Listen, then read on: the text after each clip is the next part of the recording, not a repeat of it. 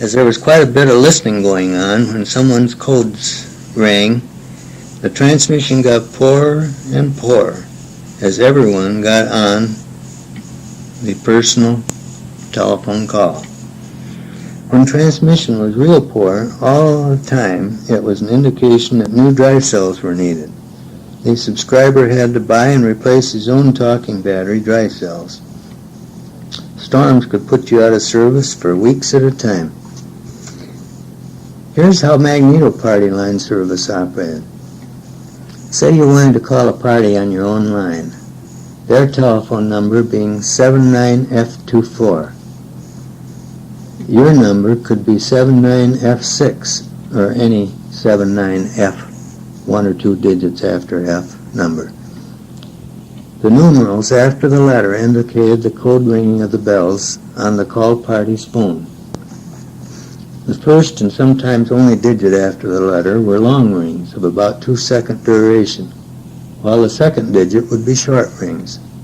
Thus for F24 you would turn the crank on the phone for 2 long and 4 short rings, then take the receiver down and wait for them to answer. Of course, first listen to make sure that the line is not busy before cranking those codes. Now, rather than you be calling someone, suppose someone was calling you. You will receive 6 long rings. As you can see, you have to closely differentiate between long and short rings. If you wish to contact the operator, either to call someone on a line other than your own, to place a long-distance call, to report a fire or some other emergency, to obtain number information, or just find out the time, you would press a button on one side of the phone with one hand and turn the crank for just one long ring with the other, then lift the receiver to talk to the operator. Usually she was a great help in time of emergency, or possibly she would sort of furnish you answering service if you were going away for a short period of time. If you initiated a call through the operator to some other line than your own, or a long-distance call, when you completed your conversation, you should hang up and then turn the crank one long ring to signal your operator that you were through so that she could take down the cord circuit connection and, if told, to stop timing on your call. The Chesaning Home Telephone Company changed managers in 1912. Mr. Pattison resigned to take over duties at another location. This brought Charles Cheney in as manager of the company, first in a limited capacity, shortly thereafter as a business and plant manager in 1913, and later as the president and general manager. He held that capacity until his death in 1954. His wife, Maureen Cheney, carried out those duties until her death in 1957. As can be seen, the Cheneys ran a good business and were a great credit to the community. To understand the makeup of a small telephone company, let's cover the 1912 State Commission's audit report.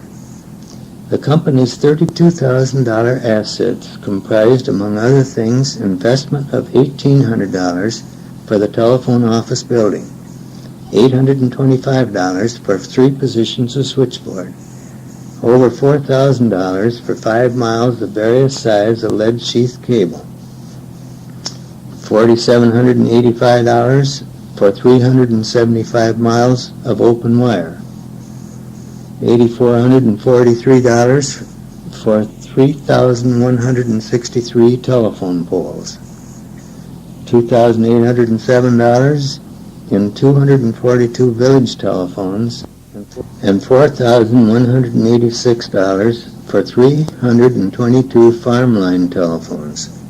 This was a nice growth since the Chesaning Home Company took over the operation in 1990. As we have previously covered party line magneto telephone service operation, we will now see how the common battery individual service operated. This was a more advanced type of service and was only offered to customers in the village of Chesaning having individual line service. It was in use from the early 1900s until Chesaning was cut to dial in 1957. The telephone central office had large storage batteries that furnished both the talking and the signaling electrical energy. When a common battery customer wished to make a call, the switchboard contacts of the phone would close when the receiver was lifted, thus completing an electrical circuit through a small switchboard lamp in the central office associated with that line's jack, notifying the operator that this party desired to place a call. The operator would plug one end of a spare cord circuit. Chesaning had 3 positions of switchboards with 15 cord circuits per position into the calling line's jack, thus automatically extinguishing the line lamp. She would open that cord circuit talk key and determine the need. If it was to be a through call, that is, to another local party on a different line, or for long distance, she would insert the other plug of that cord circuit into the called line jack, or the long distance jack, and ring out on it with that cord's ringing key, and then close the operator's talk key if she was no longer needed to pass along information. When the calling party hung up, the operator would receive a disconnect light on that cord circuit and take the connection down. A flash on that light indicated that the party had flicked the switch hook to show a desire that they wished the operator to come in on the call. If this was a long-distance call, the time of the call's duration was measured by a timing device, and the operator would then have to process that toll ticket for billing. Many Chesaning residents were, or are, acquainted with some of the past employees of the Chesaning Telephone Company. There's something about the closeness and relationship between telephone people and their subscribers that made one big sociable family. Joys, sorrows, shared experiences, pleasant fellowships, all contributed to warm feelings and memories. Let's reminisce a bit about some of the people that served the Chesaning telephone community. Sorry that we can't name them all, but if any are not mentioned, it is not intentional. Up to now, it has not been possible to determine the names of any telephone employees before those of the Chesaning Home Telephone Company. If anyone can furnish this or any other items of historical value, it would be much appreciated. Just furnish it to an employee of the Chesaning Library. It can be added. Do you remember some of these Chesaning telephone employees? They are listed in more or less chronological order. Mary Alberts, Mabel Shansel, and Hazel Folkmer. By the way, these operators obtained a raise in 1912 from $20 to $22 a month. At the same time, John Ward took over the job of being Mr. Telephone Man, as far as doing all the technical work, or at least responsible for all of it, when H.J. Patterson left. His pay was raised from $50 to $60 a month at that time. He was a respected expert on this job and remained in that capacity until his death in 1933. At this time in 1912, Lottie Schwartzmiller started as an operator. A couple of years later, she was promoted to bookkeeper and served many years in that capacity. In 1917, there were 5 operators: Merler Detweiler, a Miss Hazelton, Doris Eskridge, a Miss Harris, and Frances Greenfielder. They were now up to $30 a month, and if they worked the night trick, they received an extra $2 per week. Here are some people that many should now remember, as they were from the 1920s to 1950 era. Ethel Smith, Catherine Bovine Ketchum, Florence Gottwald, Mabel Trushell, Alice Ferris, Effie Carson Smith, Maud Hill, Gertrude Hutton McKee Fry, Faith Ruth Titoff, Mary Jacob Pugh, Isla Eisenhower Ruff, Rita Mallory Harris, Blanche Beardsley, Donna Ketchum, Juanita Ferris, Mary Boving, Alan Sutton, Tip Dye, Charles Sackrider, Harlan Bix Ketchum, and Warren Cheaning. Bix was Mr. Telephone Man from 1933 to 1942, and during that period of time, Ford Harris handled some of the central office maintenance on a part-time basis. These employees were from the 1950-1970 era. Victor Shapley, Irwin Dice, Harold Dalmeter, Cecil Aldrich, Darwin Aldrich, Wendell Wilcox, Kenneth Shapley, Irene Schultz, Louise Shapley, Francis Muffet, Winnie Lemunion, Sharon Shapley, and Julian Ketchum. Attempt is being made to list all of the employees of the 1970s in this historical account. Many have been serving other than Chesaning customers in the recent operation. There are presently 27 personnel that are non-management.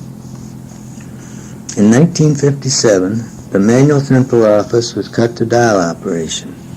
It was switched to Stromberg-Carlson automatic operation. This reduced the amount of needed personnel greatly. Victor Shapley came to work for Chesaning Home Telephone Company in 1950. He became owner of the company June 17, 1958, and changed his name to Chesaning Telephone Company. The word home was then dropped from the name with the purpose of adding other exchanges to the company. Of course, brand had already been added to the company in 1928. In 1959, the company's name was again changed, this time to Central Telephone Company. In 1962, Central Telephone Company purchased the new Lothrop exchange from the Public Service Telephone Company. This left this company with only the Montrose exchange under the ownership of Wyman Jennings of Montrose. During the year of 1962, Central Telephone Company also purchased the telephone exchange of Mecosta and Chippewa Lake. In 1964, it obtained the Orleans and Sunfield exchanges, bringing it up to its 7 exchanges. Meanwhile, as Vic Shapley was enlarging the Central Telephone Company, he, Vincent Wright, the present division commercial manager at Chesaning, and Arthur Nicholas became co-owners of the Midwest Telephone Company, having the exchanges of Goodrich, Borkilla, Litchfield, and Mosierville, all located in Michigan. In 1971, Century Telephone Enterprise Incorporated of Monroe, Louisiana, purchased controlling interest in all 3 Michigan companies, Central Telephone Company, Public Service Telephone Company, and Midwest Telephone Company. On November 15, 1977, the Michigan Public Service Commission started hearings in Lansing to merge these 3 companies under the name of Central Telephone Company. This is in conformance with Century Telephone Enterprise Incorporated's merger application. In their request to merge, they plan to make uniform their non-recurring and several special monthly service charges. Basic local monthly service rates will not be affected by the merger.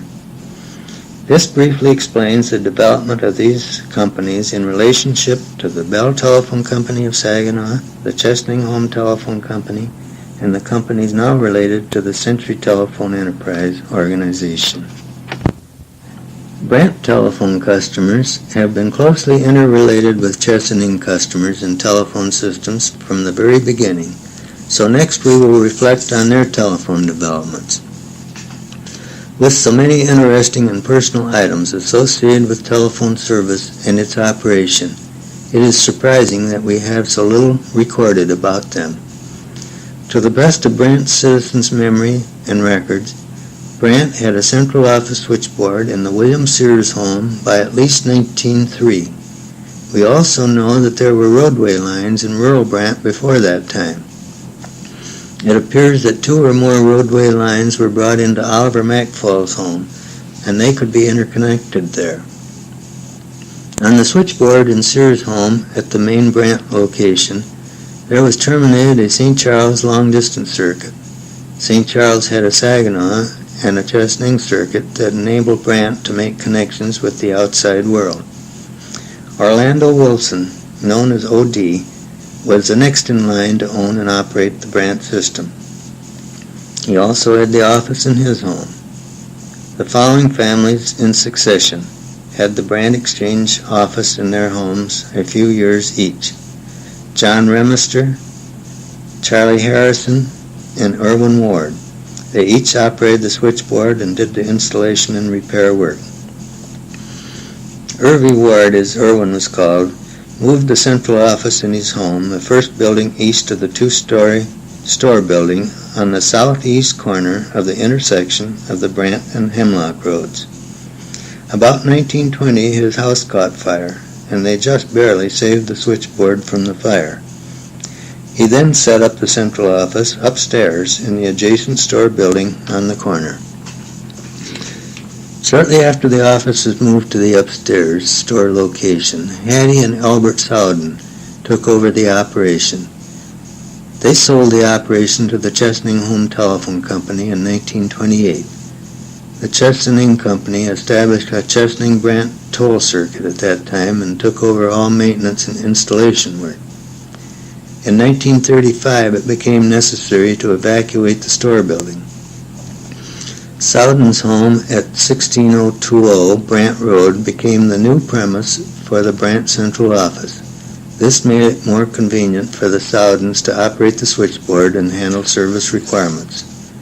Sowdens gave up the operation in 1948.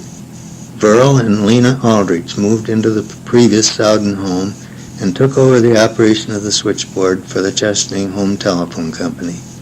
They remained in that capacity until the operation was cut over to dial. The Sowdens and the Aldriches were 2 families that were very closely integrated with all of the Brant people. They, together, served that community for nearly 40 years. They helped with their emergencies, they accommodated them when they could be of help, they shared in their problems and their pleasures. Burl and Lena Aldrich recalled many fond memories as we talked together about the good old days at Brant. They now live in St. Charles.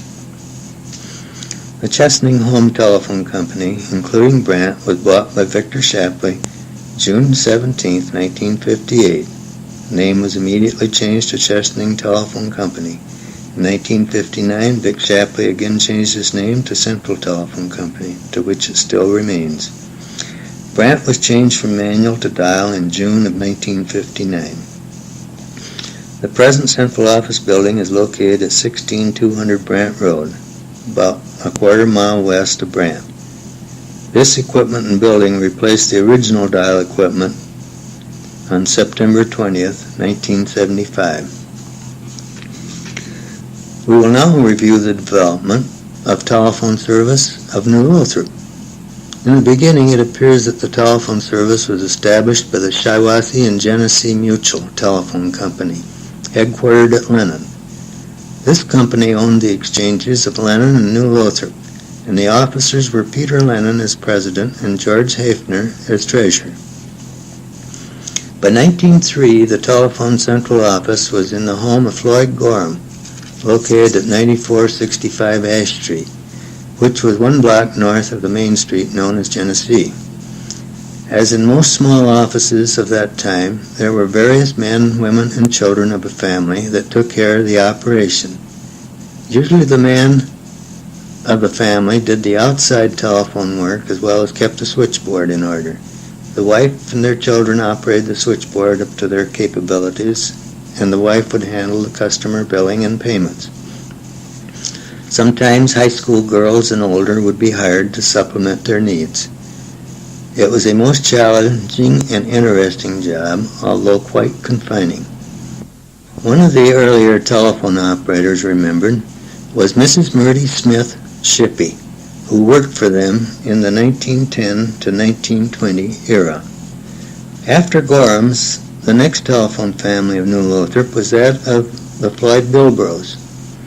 Around 1912, they took over the Gorham residence as well as the telephone operation.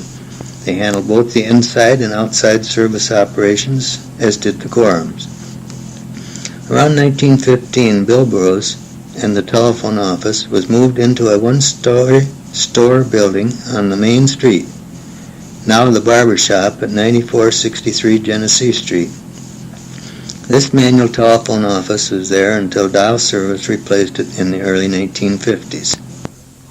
The Sanborn sisters, Gretchen and Myrtle, were closely associated with New Lothrop's telephone operation for many years. Gretchen started there as an operator in 1917. She became one of the main operators and business office employees. She left New Lothrop in 1925 for a better job with Michigan Bell at Flint. Myrtle Sanborn worked there from 1918 to 1920 while going to high school. After graduating, she worked there for some time as a full-time operator. At about the same time, Beatrice Lee also worked there, and at a later time she came back and worked in the 1930s and early 1940s. Hazel Caldwell and Wally Daniels also worked as operators in the years of 1930 to 1935. In 1933, the Charles, known as Cy, Lair family took over the telephone office work and residence from the Bilbro family.